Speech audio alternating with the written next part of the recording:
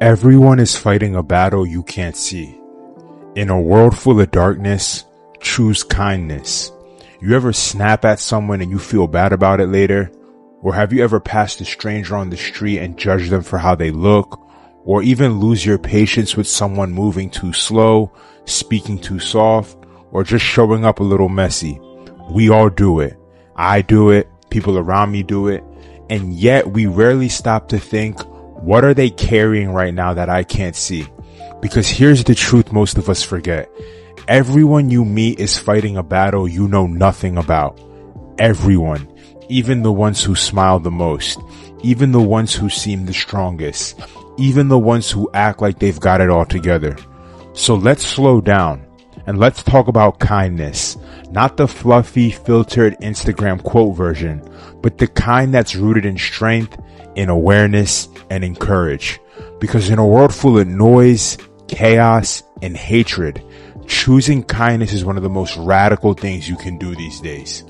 We live in a world obsessed with appearances. We judge people in a second. We scroll past lives in milliseconds. And we forget pain doesn't always show up in someone's face. That coworker who missed a deadline, maybe they were up all night crying because someone they loved is in the hospital. Or that cashier who seems distracted, maybe they're barely holding it together after losing someone they never got to say goodbye to. Or even that friend who's gone quiet out of nowhere. Maybe they're dealing with anxiety so loud inside their head, they can't even respond to a text. We don't know. Oftentimes we just assume. And that's where kindness gets swallowed by judgment.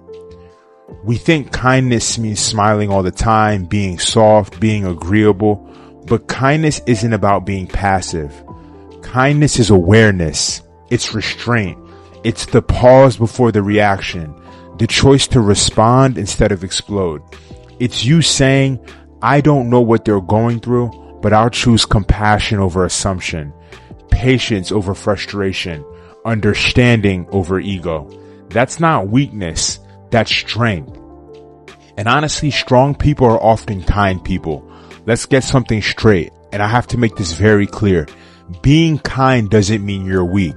It means you've been through pain and you choose not to pass it on. It means you've seen darkness, yet you still choose light. It means you can hold your ground without raising your voice. It means you can disagree without destroying someone's spirit. That kind of strength is very rare these days. And because it's so rare, it's powerful. Because anyone can react. Anyone can be mean when they're hurting. But choosing kindness in the face of cruelty, that's mastery. You ever met someone and thought, wow, they're so calm, only to find out that they were breaking on the inside? That's because what we see isn't always real. And what people say isn't always what they're feeling. Some people don't know how to ask for help. Some people are experts at hiding their pain. Some people are walking around smiling while fighting a war no one else can hear. So when someone's quiet, don't assume they're fine. When someone's off, don't take it personal. Because sometimes the kindest thing you can do is just ask, are you okay? And really mean it. You have no idea what your small kindness might do. And let me tell you something you'll never regret. You'll never regret being kind, holding the door, letting someone merge lanes, texting someone, hey, I'm just checking in, smiling at a stranger, or giving someone the benefit of the doubt. The tiny things you'll probably forget by the end of the day, but they might remember it forever. Because you don't know who's on the edge. You don't know whose last thread is about to snap. You don't know who's praying for a sign that they still matter. And what if your one act of kindness was the thing that pulled them back? Kindness isn't just for others, it's for you. And here's something we don't talk about enough. Kindness isn't just something you give. It's something you become. When you choose kindness, you're training your brain to soften. You're building emotional muscle. You create space between the impulse and the action. You become a better listener, a better friend, and a better human. And you know what else? You sleep better, you stress less, and you start attracting real connections because people can feel when your kindness is real.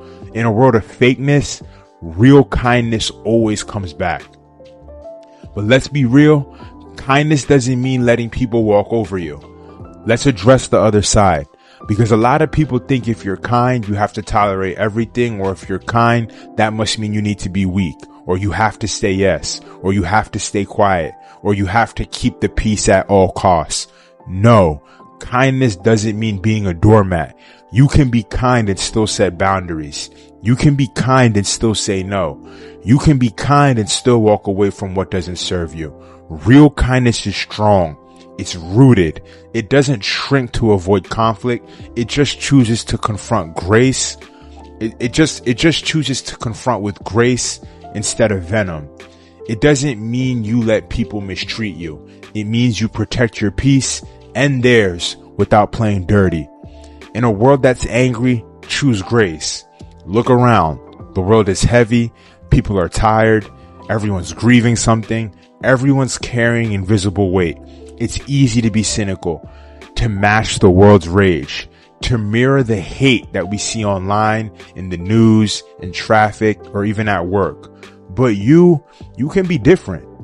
You can be the calm in someone's storm, the unexpected kindness in a hard week, the softness that reminds someone not to give up on humanity. And that might sound small, but it's not. It's everything. People don't remember everything you said, but they will remember how you made them feel. And you've probably heard that quote before, but it's worth repeating. People may forget your words. They may forget your credentials, your titles, your goals, even your opinions. But they'll remember if you made them feel seen, or if you made them feel small. They'll remember if you helped them breathe easier, or if you tightened the weight they were already carrying. You can be the reason someone walks away lighter, more hopeful, more grounded. That's the kind of power kindness carries, and it's available to you at any moment. What you judge in others often reflects what you haven't healed in yourself. And this might sting a little, but sometimes the harshest judgments we place on others come from the pain we haven't addressed in ourselves. That impatience, that sarcasm, the quick temper, that might not be about them. That might be about you and something you haven't sat with yet. So when someone triggers you, annoys you, challenges your sense of self-control, maybe before reacting, you ask, what is this bringing up in me? And maybe kindness starts with how you treat yourself. Choosing kindness in a harsh world is a revolution. All right. Let's stop pretending that this is easy. I know it's not easy to be kind when you're hurt. It's not easy to respond gently when you feel attacked. It's not easy to stay soft when life has made you hard. But every time you choose kindness in a harsh world, you're starting a revolution. You're breaking a pattern. You're refusing to pass on the pain. You're choosing healing over harm. And there's a huge ripple effect of that. And you'll never fully see it, but it's real. Kindness isn't what you do, it's also who you become. You don't have to do anything extravagant to be kind. You just have to be present. Stay aware. Pause before reacting. Look someone in the eyes and say, I see you and I choose not to add to your pain today. That's it. Kindness isn't a strategy. It's not a performance. It's not manipulative. It's a practice. And the more you practice it, the more it becomes who you are. Effortlessly, authentically. And in a world desperate for realness, that matters more than you know. I'll leave you with this before I go. Be the person you needed on your hardest day. Think back to the hardest season of your life. The moment you were lost, lonely, barely holding it together. What did you need back then? Probably not advice, probably not a lecture, probably not criticism. You probably just needed someone to see you, to listen, to care, and to be kind. So now, be that person for someone else. Let your softness be someone's safety. Let your strength be someone's reminder that love still exists. And let your presence be the answer to everyone's silent prayer. Everyone you meet is fighting a battle you can't see, so choose kindness always. Thank you for staying throughout the entire video. If you're struggling with life in any way at all, if you're feeling lost, unmotivated, struggling with your relationship, or feeling like your peace has gone missing, hit the link in my bio and contact me or my team so we can talk one-on-one and help develop your character, craft your personal brand, and help get life going in the right direction. This isn't fluff, it's structure, it's accountability, and it's growth that holds you to your highest standard. And it will give you the tools to turn your story into something that genuinely serves others. In the meantime, stay humble, be blessed. I look forward to hearing from you and seeing you in my future videos. Keep going.